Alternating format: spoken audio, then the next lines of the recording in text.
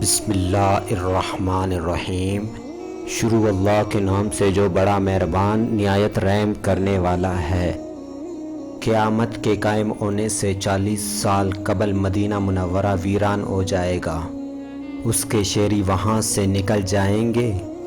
ابو داؤد نے حضرت معاذ سے روایت کیا ہے کہ بیت المقدس کا آباد ہونا مدینہ طیبہ کی ویرانی کا سبب ہوگا، اور مدینہ کا ویران ہونا کشتے خون کا سبب ہوگا۔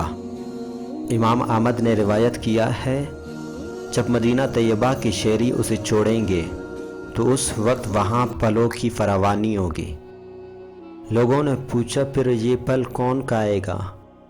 انہوں نے فرمایا، پرندے اور درندے کھائے جائیں گے۔ علامہ بزنجی فرماتے ہیں کہ مدینہ طیبہ کی ویرانی کا سبب یہ ہوگا کہ وہاں کے تمام باشندے امام مہدی علیہ السلام کے ساتھ جہاد کے لیے روانہ ہو جائیں گے۔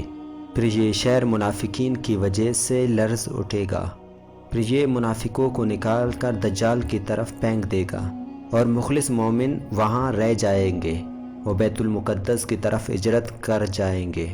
حدیث شریف میں ہے، عنقریب ہجرت کے بعد ایک اور ہجرت ہوگی۔ اس وقت بہترین لوگ وہ ہوں گے جو حضرت ابراہیم علیہ السلام کے ہجرت گاہ کی طرف عزم سفر ہوں گے۔